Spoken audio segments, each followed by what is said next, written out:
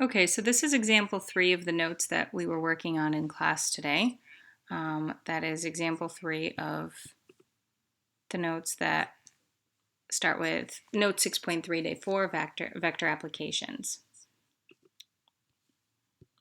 So the idea of this is that you're going to take the magnitude and the direction angle of a vector and use those in order to put it into component form. So for that, you need to remember that the vector in component form, you're going to write it as magnitude of the vector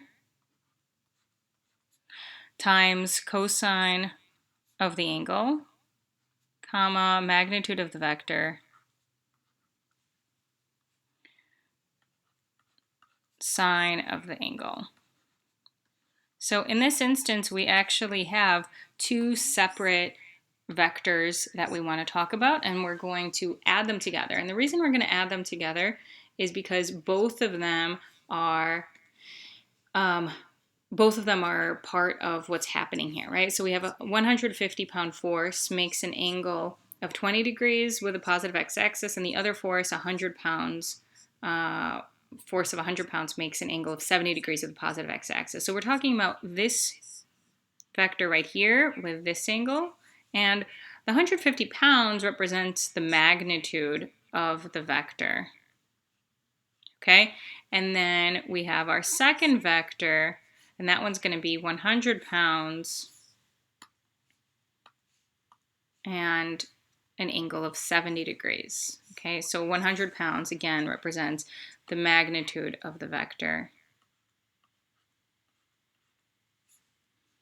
Okay, so what we're doing is we're saying an object at the origin is acted upon by two forces. So both of these things are acting upon this object. So picture that desk we had at the front of the room that Sam and Tallulah are both acting upon, right? So they were moving that desk, and we saw that when they moved it in the same direction, it moved twice as far. When they were pushing against each other, it didn't move at all. When they were pushing kind of in the same direction,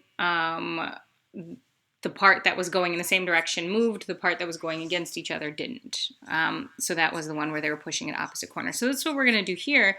So essentially what we're doing is we're going to add these two vectors together. Okay, so that's our goal. We're going to add these two vectors together. All right, so let's write out the red one first. So the red vector is going to be 150 cosine of 20, comma, 150 sine of 20. The second vector, the green vector, is going to be 100 cosine of 70, comma, 100 sine of 70. And our goal is actually to add these two vectors together. So just like before, so as a little aside, before when we were adding two vectors, like 2, 3 plus 4, negative 5, what happened was you did 2 plus 4 and 3 plus negative 5, and you got your result, right? So the same thing is going to happen here. We're adding this vector, and we want to see what we get as a result. Okay? So here it is, 150 cosine of 20 plus 100 cosine of 70. We can type that into the calculator and work with the final answer, but it's not going to be quite as exact as actually working with the vectors as they appear here. So that's the x component. So these two added together equals this. And the y, I'll do that in orange. Okay, so we're going to add these two together, and we're going to see what we get. So 150 sine 20 plus 100 sine of 70.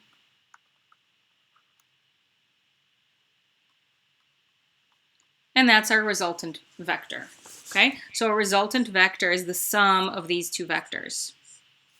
So what you can do now is you can put that into the calculator and find what that's going to be.